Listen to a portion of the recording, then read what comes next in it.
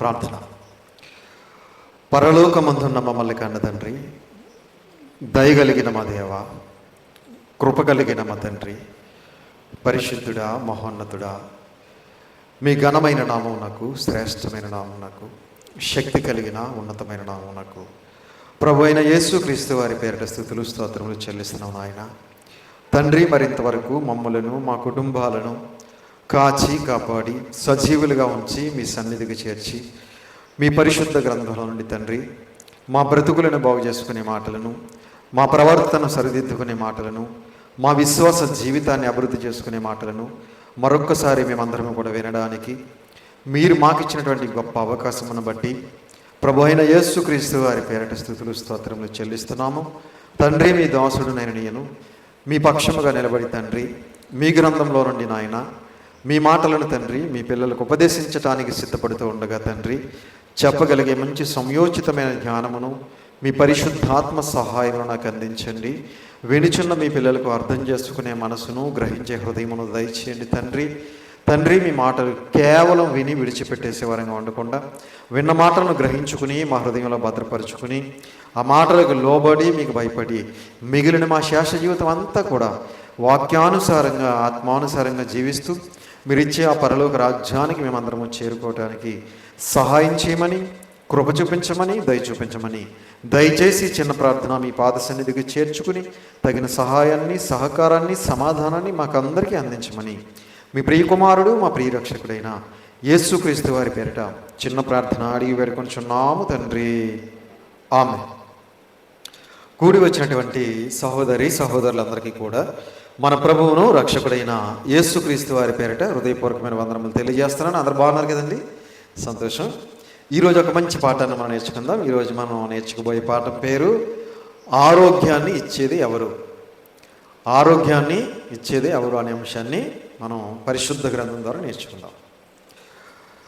ప్రియమైన దేవుని పిల్లలారా, ఆరోగ్యం గురించి మనం ఆలోచించగలిగితే ఆరోగ్యం లేకపోతే మనం ఏమీ చేయలేం. ఏమైనా చేయగలమండి? ఆరోగ్యం లేకపోతే అడుగు తీసి అడుగు కూడా వేయలేం.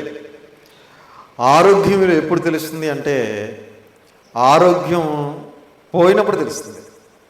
అంతే కదండి? తాళాల విలువ ఎప్పుడు తెలుస్తుంది? తాళం చేతుల గుర్తు ఎక్కడైనా పడిపోయినప్పుడు, ఎక్కడెక్కడైతే తిరిగామో అక్కడక్కడ తిరుగుతాం మళ్ళీ దానికోసం. అంతే కదండి? అంటే తాళాల విలువ అవి మన చేతిలో ఉన్నప్పుడు తెలియదు, అవి పడిపోయినప్పుడు వాటి విలువ తెలుస్తుంది. ఆరోగ్యం విలువ కూడా మనకి ఎప్పుడు తెలుస్తుంది అంటే ఆరోగ్యం పోయినప్పుడు మనకి దాని విలువ తెలుస్తుంది. కనుక ఈ మధ్యకాలంలో చాలామంది ఆరోగ్యం విషయంలో చాలా చాలా జాగ్రత్తగా ఉంటున్నారు.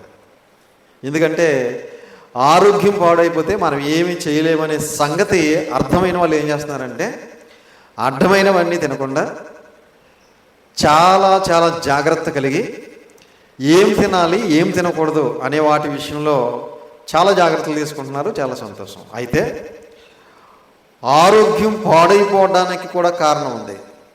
ఆరోగ్యం పాడైపోవడానికి మనం తినే తిండి విషయంలో కూడా ఆరోగ్యం పాడైపోతుంది.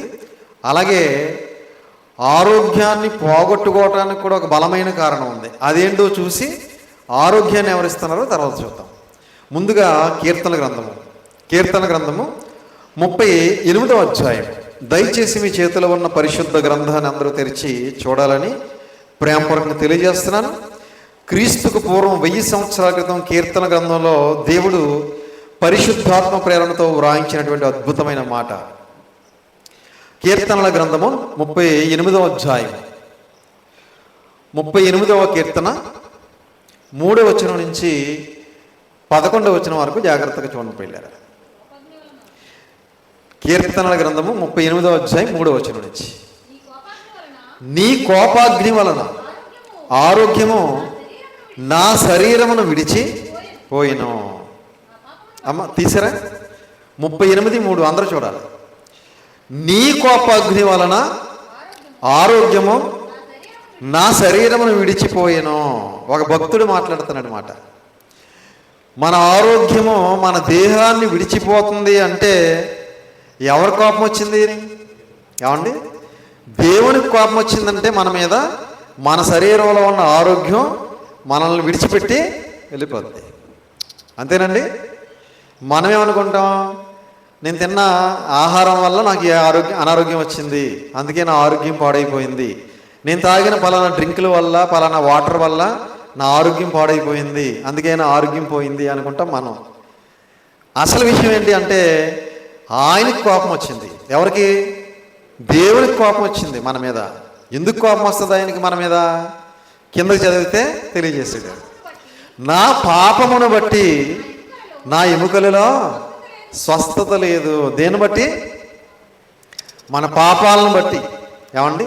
మన అపరాధములను బట్టి, మనం చేసే వాక్య విరుద్ధమైనటువంటి కార్యక్రమాలను బట్టి మన ఎముకలలో ఏం లేదట? స్వస్థత లేదు.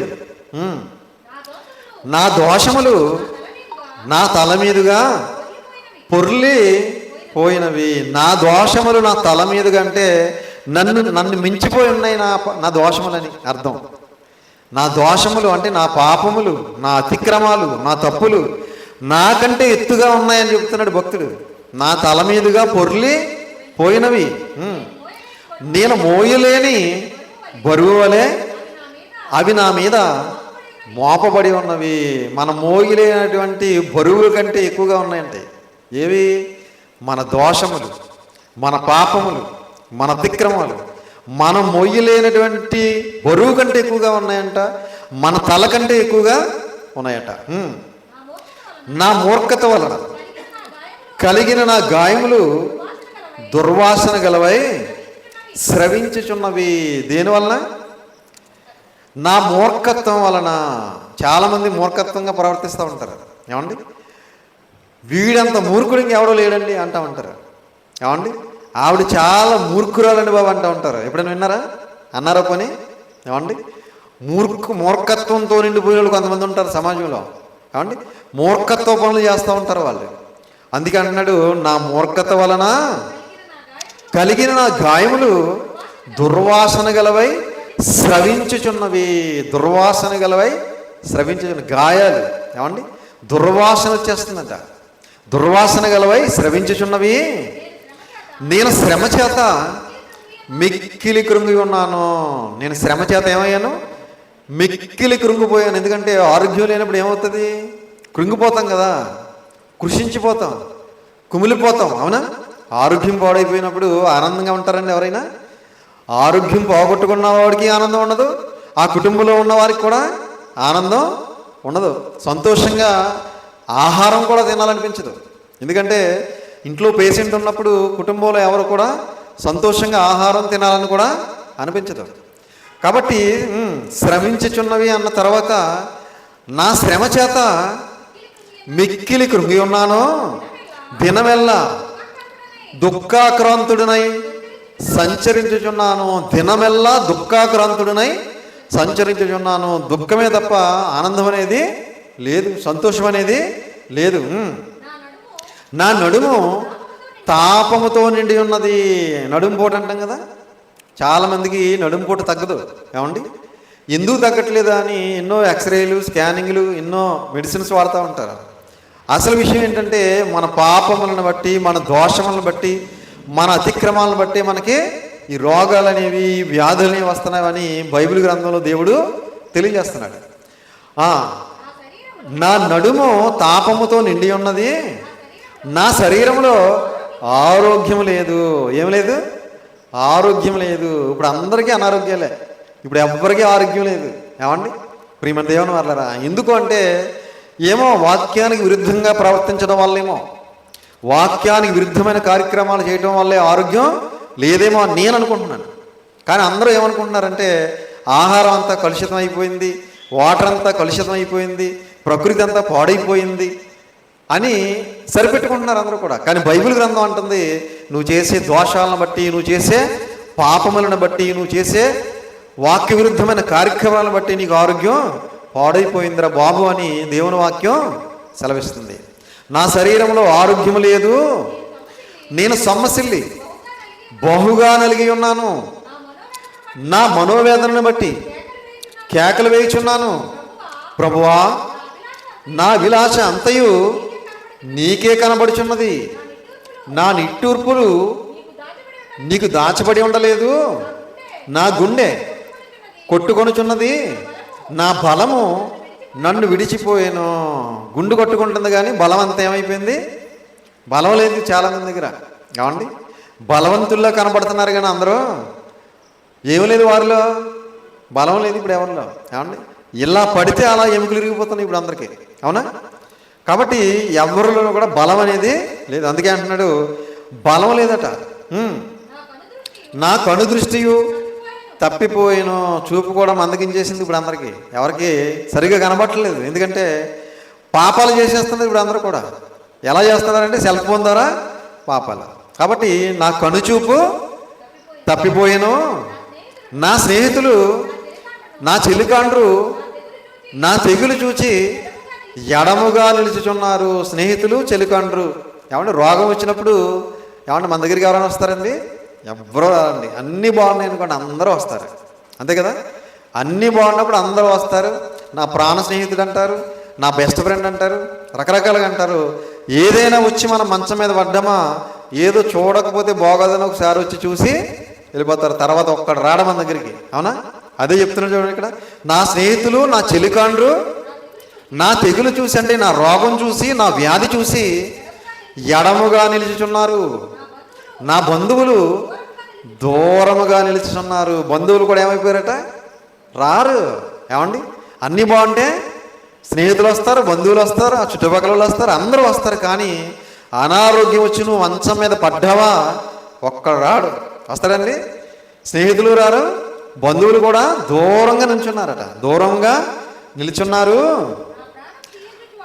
చాలండి ప్రియమ దేవుని వాళ్ళరా. కాబట్టి ఆరోగ్యం పాడైపోతే ఎవ్వడో కూడా మన దగ్గరికి రాడు. కనుక మన ఆరోగ్యం ఎందుకు పాడైపోతుంది అంటే కేవలం మనం తినే ఆహారం వల్ల మాత్రమే కాదు, మనం తాగే వాటర్ వల్ల మాత్రమే కాదు, మనం చేసే పాపాల వల్ల కూడా అని ఈ సందర్భాన్ని బట్టి మనకు అర్థం కావాలి. మరి ఇప్పుడు మనకు ఆరోగ్యాన్ని ఇవ్వాలంటే ఎవరు ఇవ్వాలి ఆరోగ్యాన్ని? ఎవరు ఇవ్వగలరు ఆరోగ్యాన్ని? డాక్టర్ గారు ఇవ్వగలరా? ఏమండి, ఎవరు ఇవ్వగలరు? ఎవరు ఇవ్వగలరు? ఒకసారి మన బైబిల్ గ్రంథంలోకి వెళ్ళి చూడగలిగితే ఇర్మియా గ్రంథం 30వ అధ్యాయం, ఇర్మియా గ్రంథం 30వ అధ్యాయము 17వ వచనం జాగ్రత్తగా చూడండి ప్రియమైన దేవుని వాళ్ళారా. ఇర్మియా గ్రంథము 30వ అధ్యాయము 17. ఇర్మియా గ్రంథము 30వ అధ్యాయము 17వ వచనం. వారు ఎవరునూ లక్ష్య పెట్టని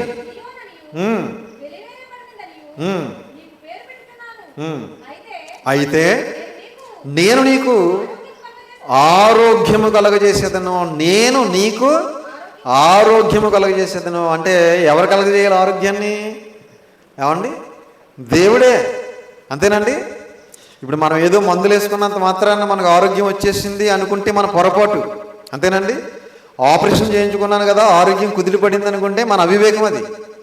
నువ్వు ఆపరేషన్ చేయించుకున్నా, నువ్వు మందులు వేసుకున్నా, నువ్వేం చేసినా దేవుడు దయతలిస్తేనే నీకు ఆరోగ్యం అనేది వస్తుంది. దేవుడు అనుగ్రహిస్తేనే నీకు ఆరోగ్యం అనేది వస్తుంది. దేవుడు నీ పట్ల కృప చూపిస్తేనే నీకు ఆరోగ్యం అనేది వస్తుంది. అదే చెప్తున్నాడు అక్కడ, నేను నీకు ఆరోగ్యమును కలుగజేసేదను. అంటే దేవుడు కలుగజేస్తేనే ఆరోగ్యం వస్తుంది. ఈ విషయం ప్రపంచంలో చాలామందికి తెలియదు. ఏమండి, దేవుడు దయ వలన, దేవుని కృప వలన మనకు ఆరోగ్యం అనేది వస్తుంది. ఈరోజు మనం బ్రతికి బట్ట కడుతున్నామంటే, ఉనికి కలిగి ఉన్నామంటే, చలించగలుగుతున్నామంటే, తినగలుగుతున్నామంటే, తిరగగలుగుతున్నామంటే, ఎక్కడికైనా వెళ్ళి మనలో క్షేమంగా రాగలుగుతున్నామంటే దాని వెనక ఎవరున్నారు? దేవుడు ఉన్నాడు. ఏమండి, దేవుని దయ ఉంది అక్కడ, దేవుని కృప ఉంది. దేవుని దయ, దేవుని సహకారము, దేవుని సహాయము లేకపోతే అడుగు తీసి అడుగు కూడా మనం వెయ్యలేం ప్రియమైన దేవుని వల్ల. కనుక నేను నీకు ఆరోగ్యమును కలుగజేసేదను అంటున్నాడు. ఇదే ఇర్మియా గ్రంథం 33వ అధ్యాయం 6వ వచనం చూడండి. 33:6. ఇర్మియా గ్రంథం 33వ అధ్యాయం 6వ వచనం. నేను దానికి ఆరోగ్యమును స్వస్థతను మరలా రప్పించుచున్నాను. నేను దానికి ఆరోగ్యమును స్వస్థతను మరలా మరలా మరలా రప్పించుచున్నాను అంటున్నాడు. ప్రియమైన దేవుని పిల్లారా, మనకు ఆరోగ్యం రావాలన్నా, మనకు అనారోగ్యం వచ్చిన తర్వాత దానికి స్వస్థత కలగాలన్నా ఎవరు కలిగించాలి అది? ఎవరు రప్పించాలి అది? దేవుడే. ఏమండి ప్రియమైన దేవుని వల్లరా, కనుక దేవుని యందు భయభక్తులు కలిగి మనం బ్రతికితే మనకి ఏ అనారోగ్యం రాకుండా ఆయన కాపాడుతాడు. ఏమండి అదే ఒకవేళ మనకు నచ్చినట్టుగా విచ్చలవిడిగా తప్పుల మీద తప్పులు పాపాల మీద పాపాలు చేసుకుంటూ మనం బ్రతికితే మనకి ఏదో ఒక అనారోగ్యాన్ని పంపిస్తాడు. కనుక ప్రియమైన దేవుని వల్లరా, వచ్చిన అనారోగ్యం పోవాలన్నా కూడా మరలా ఆయన దయ ఉంటేనే మరలా వచ్చిన అనారోగ్యం కూడా పోతుంది. కనుక నీకు మరలా స్వస్థతను ఆరోగ్యమును రప్పించుచున్నాను అన్నాడు. కాబట్టి మనకు ఆరోగ్యాన్ని రప్పించాలన్నా, మనకు స్వస్థత కలిగించాలన్నా దేవుని చేతిలోనే ఉంది. ప్రియమైన దేవుని వాళ్ళరా, మన చేతిలో ఏమీ లేదండి. మనం అనుకుంటాం నేను అలా చేసేస్తాను, ఇలా చేసేస్తాను, అక్కడికి వెళ్ళిపోతాను, ఇక్కడికి వెళ్ళిపోతాను, ఏదో చేసేస్తాను అనుకుంటాం. మనం ఏమి చేయలేము. ఏమండి దేవుడు కనుక మనకు ఆరోగ్యాన్ని ఇవ్వకపోతే మనం ఏమీ చేయలేము. ఏమైనా చేయగలమండి? ప్రియమైన దేవుని వాళ్ళు, ఈరోజు హాస్పిటల్ ఏమీ ఖాళీ లేవు తెలుసా మీకు? హాస్పిటల్ నిండా జనాలే, వాళ్ళందరికీ అనారోగ్యాలు. ఏమంటే వాళ్ళందరూ ఆరోగ్యాలు పాడైపోయి ఆరోగ్యం కోసం అహర్నిశలు కూడా కష్టపడుతున్నారు, భయపడుతున్నారు, బాధపడుతున్నారు ఈరోజు చాలామంది. ఏమైపోతానా అని. ఏమంటే నేను ఏమైనా అయిపోతే నా కుటుంబం ఏమైపోద్ది, నా భార్య ఏమైపోద్ది, నా బిడ్డలు ఏమైపోతారని ఎంతోమంది భయంకరమైన అనారోగ్యాలతో అల్లాడిపోతున్న వారు అనేక మంది ఉన్నారు. ప్రియమైన దేవుని వారు, కనుక ఆరోగ్యం రావాలంటే, స్వస్థత రావాలి అంటే దేవుని సహాయం ఉండాలి. అందుకే దేవుడు సొలొమోను గారి ద్వారా ఒక అద్భుతమైన మాట తెలియజేస్తాడు. సామెతల గ్రంథం 3వ అధ్యాయం, సామెతల గ్రంథం 3వ అధ్యాయము 7-8 వచనాలు జాగ్రత్తగా చూడండి పిల్లలు. సామెతల గ్రంథము 3వ అధ్యాయము 7-8 వచనాలు. నేను జ్ఞానిని కదా అని నీవు అనుకొనవద్దు, యెహోవా యందు భయభక్తులు కలిగి చెడుతనమును విడిచిపెట్టుము, అప్పుడు నీ దేహమునకు ఆరోగ్యమును నీ ఎముకలకు సత్తువయు కలుగును. తీసారమ్మా? సామెతల గ్రంథం 3వ అధ్యాయం 7-8 వచనాలు. నేను జ్ఞానిని కదా అని నీవు అనుకొనవద్దు. చాలామంది ఏమనుకుంటారు తెలుసండి? నేను పెద్ద జ్ఞానిని అనుకుంటారు, నేను చాలా తెలివైన వాడిని, చాలా తెలివైన దాన్ని అనుకుంటా ఉంటారు. ఏమండి దేవుని కంటే జ్ఞానవంతులు ఏంటి మనం? దేవుని కంటే తెలివైన మనం? మన తలకాయ ఎంత, అందులో ఉన్న మెదడు ఎంత, మన బతికెంత, మన ఆయుష్ ఎంత అసలు, అవునా? కాబట్టి నేను జ్ఞానిని కదా అని నీవు అనుకోవద్దు, దేవుని యందు భయభక్తులు కలిగి చెడుతనమును విడిచిపెట్టుము. ఏం చేయాలట? యెహోవా యందు అంటే దేవుని యందు భయభక్తులు కలిగి, భయం ఉండాలి, భక్తి ఉండాలి. దేవుడు అనగా భయము భక్తి కలిగి ఉండాలంట మనం. ఈ భయము భక్తి ఎప్పుడు వస్తాయి అంటే అనారోగ్యం వచ్చినప్పుడే వస్తాయి. ఏమండి ఆరోగ్యం ఉన్నప్పుడు మాత్రం భయము భక్తి ఉండదండి. నాకు తెలిసి చాలామందికి భయము భక్తి ఎప్పుడు వస్తాయంటే అనారోగ్యం వచ్చినప్పుడే వస్తాయి. ఆరోగ్యం వచ్చిందనుకోండి మళ్ళీ మామూలు అయిపోతాడు మనిషి. అనారోగ్యం వచ్చిందనుకోండి వెంటనే భయము, వెంటనే భక్తి వస్తాయి. అప్పుడు మాట్లాడే విధానం కూడా మారిపోద్ది. చాలా నెమ్మదిగా, చాలా ప్రేమగా మాట్లాడతారు అప్పుడు అనారోగ్యం వచ్చినప్పుడు. అదే ఆరోగ్యం ఉందనుకోండి ఆ నెమ్మది, ఆ తగ్గింపు తత్వం, ఆ విధేయత కనబడం మళ్ళీ గర్వంగా అహంకారంగా మాట్లాడుతూ ఉంటారు. కనుక భయభక్తులు కలిగి చెడుతనమును విడిచిపెట్టుము. చెడు అనేది మనలో ఉంటుంది. ఏమండి ఆ చెడుని ఏం చేయాలట? విడిచిపెట్టేయాలి. ఏమండి భయభక్తులు కలిగి, దేవుని యందు భయభక్తులు కలిగి చెడుతనమును విడిచిపెట్టుము. మనలో ఉన్నటువంటి ఆ చెడు ఏదైతే ఉందో అది మనకు తెలుసు, అది దేవునికి తెలుస్తుంది. పక్కోడికి తెలియకపోవచ్చు, అవునా? మన ఇంట్లో వాళ్ళకి తెలియకపోవచ్చు, మన స్నేహితులకి తెలియకపోవచ్చు, మన బంధువులకి తెలియకపోవచ్చు. కానీ మనలో ఏ చెడైతే ఉందో అది మనకు మాత్రం తెలుస్తుంది, అలాగే దేవునికి తెలుస్తుంది. ఆ చెడు మనం ఏం చేయాలి? విడిచిపెట్టేయాలి. కానీ విడిచిపెడతారా? దేవుణ్ణైనా విడిచిపెట్టేస్తారు కానీ చెడుని మాత్రం విడిచిపెట్టట్లేదు ఈరోజు చాలామంది. ప్రియమైన దేవుని వాళ్ళరా, నేను చూశాను చాలామందిని, వాళ్ళకు ఉన్నటువంటి ఆ చెడు వ్యసనాన్ని విడిచిపెట్టడానికి బదులు దేవుణ్ణి విడిచిపెట్టేస్తున్నారు. దేవుని దగ్గరికి రావటం మానేస్తున్నారు ఈరోజు చాలామంది. ఎందుకంటే చర్చికి వెళ్తే చెడు మానేయమంటారు. ఏమండి చెడు పనులు చేయకూడదు అంటారు, పాపం చేయకూడదు అంటారు. కాబట్టి చర్చికి వెళ్ళకుండా మనం చెడులో ఉంటే మనకి ఇంకెవరో ఏమీ చెప్పరు అని ఈరోజు దేవుని సన్నిధికి రావడం అయినా మానేస్తున్నారు, దేవుణ్ణైనా విడిచిపెట్టేస్తున్నారు. కానీ తమలో ఉన్నటువంటి ఆ చెడు వ్యసనాన్ని కానీ చెడు కార్యక్రమాలను కానీ విడిచిపెట్టేవారు చాలామంది తక్కువ మంది ఉన్నారు ప్రియులారా. కనుక ఈరోజు ప్రపంచవ్యాప్తంగా చెడుని స్నేహించే వాళ్ళు ఎక్కువ ఉన్నారు, చెడుని ఇష్టపడే వాళ్ళు ఎక్కువ ఉన్నారు, చెడుని చేసే వాళ్ళు ఎక్కువ ఉన్నారు. కానీ చెడుని ద్వేషించే వాళ్ళు, చెడుని అసహించుకునే వాళ్ళు, చెడుని విడిచిపెట్టే వాళ్ళు చాలా తక్కువ మంది ఉన్నారు. కనుక ప్రియమైన దేవుని వాళ్ళారా, దేవుడు అంటున్నాడు, యెహోవా యందు భయభక్తులు కలిగి చెడుతనమును విడిచిపెట్టుము, అప్పుడు నీ దేహమునకు ఆరోగ్యమును నీ ఎముకలకు సత్తువయు కలుగును. నీ దేహానికి ఆరోగ్యం రావాలంటే, నీ ఎముకలకు సత్తువు కలగాలంటే నువ్వేమీ లేదు, దేవుని యందు భయము భక్తి కలిగి నీలో ఉన్నటువంటి చెడుతనాన్ని విడిచిపెట్టేస్తే నీకు ఆరోగ్యాన్ని ఇస్తానంటున్నాడు. నీ ఎముకలకు సత్తువని ఇస్తానంటున్నాడు దేవుడు. కాబట్టి మనం ఏం చేయాలి? ఇప్పుడు చెడుతనాన్ని విడిచిపెట్టేయటమే, అంతే. అంతకుమించి మనం ఏం చేయక్కర్లేదు. మనలో ఉన్నటువంటి వాక్య విరుద్ధమైన ఆలోచనలు, మాటలు, చేతలు, నడతలు, క్రియలు ఏవైతే ఉన్నాయో వాటన్నిటిని కూడా మనం విడిచిపెట్టేస్తే దేవుడే మనకి సంపూర్ణమైన స్వస్థత కలిగిస్తాడు, సంపూర్ణమైన ఆరోగ్యాన్ని దయచేస్తాడు. అందుకే ఇదే సామెతల గ్రంథం 4వ అధ్యాయం చూడండి. సామెతల గ్రంథం 4వ అధ్యాయం, సామెతల గ్రంథం 4వ అధ్యాయం 20వ వచనం నుంచి 22వ వచనం వరకు, 20వ వచనం నుంచి 22 వరకు. నా కుమారుడా, నా మాటలను ఆలకింపము అంటే అర్థం ఏంటి? దేవుని మాటలు వినాలి. ఏమండి? దేవుని మాటలు వినాలి.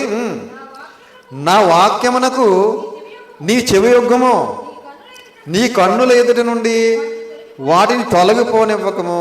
ఇక్కడ మనం బాగా ఆలోచించాలి. చెవి యొగ్గము అంటాడంటే దేవుని మాటలు వినాలి. నీ కన్నుల ఎదుటి నుండి వాటిని తొలగిపోనివ్వకము అంటున్నాడంటే వాటిని చదవాలి. అర్థమవుతుందండి?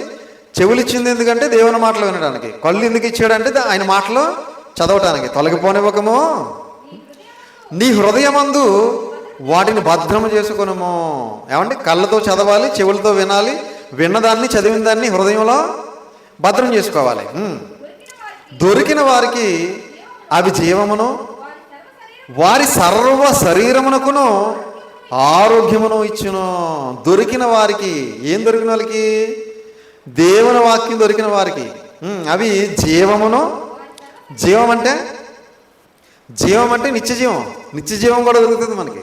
జీవమును, వారి సర్వ శరీరమునకును ఆరోగ్యమును ఇచ్చును. మన సర్వ శరీరానికి ఆరోగ్యం కావాలంటే మనం ఏం చేయాలంటే దేవుని మాటలు వినాలి. దేవుని మాటలు వింటామా? మరి దేవుని మాటలు తప్ప అన్ని మాటలు వింటాం మనం. ఏమండి? ప్రియమైన దేవుని వాళ్ళరా, దేవుని మాటలు చదవాలి. చదువుతామా? దేవుని మాటలు తప్ప అన్నీ చదువుతాం మనం. ఏమండి? దేవుని మాటలు వినాలి, దేవుని మాటలు చదవాలి, విన్నదాన్ని చదివిన దాన్ని హృదయంలో భద్రపరుచుకోవాలి. భద్రపరుచుకున్న దాన్ని మన జీవితంలో అనుసరించాలి. అప్పుడు అవి మనకి ఏం దొరుకుతుంది? మనకి ఏమవుతుందట?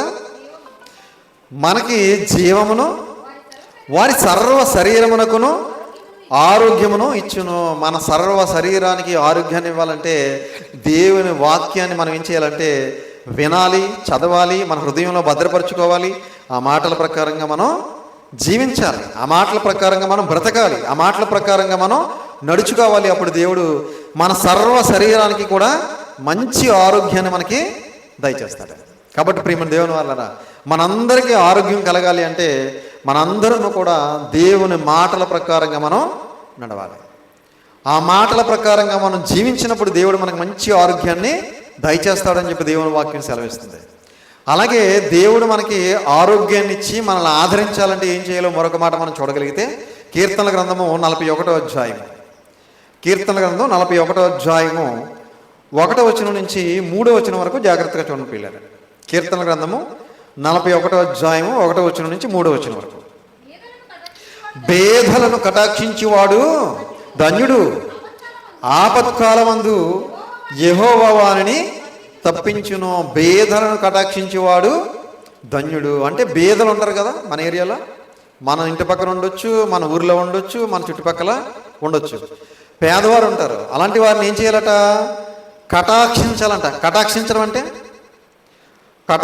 అంటే మన వంతు మన సహాయాన్ని వాళ్ళకి అందించడం, అంతకు మించి ఏమీ కాదు. ఏమండి? కటాక్షించడం అంటే మన వంతు సహాయాన్ని, మన వంతు సహకారాన్ని వాళ్ళకి అందించాలి. ఏమండి? కటాక్షించేవాడు ధన్యుడు, ఆపత్కాలమందు యెహోవా వారిని తప్పించును. మనం ఎవరైతే ఆపదలో ఉన్నారో వారికి మనం సహాయం చేస్తే మనకు ఆపద వచ్చినప్పుడు మనల్ని ఏం చేస్తాడంటే దేవుడు ఆ ఆపద నుంచి తప్పిస్తాడట. ఏమండి? యెహోవా వానిని కాపాడి బ్రతికించును. ఎవరిని? అందరినీ కాపాడు దేవుడు. ఏమండి? ఎవరైతే ఆపదలో ఉన్న వారికి సహాయ సహకారాలు అందించారో అలాంటి వారిని దేవుడు జ్ఞాపకం ఉంచుకుని వారిని ఏం చేస్తాడట? కాపాడుతాడట. కాపాడటమే కాదు, వాళ్ళని బ్రతికిస్తాడట. కాపాడి వారిని బ్రతికించును. భూమి మీద వాడు ధన్యుడగును. భూమి మీద మనం ధన్యులం అవుతామట. ఏమండి?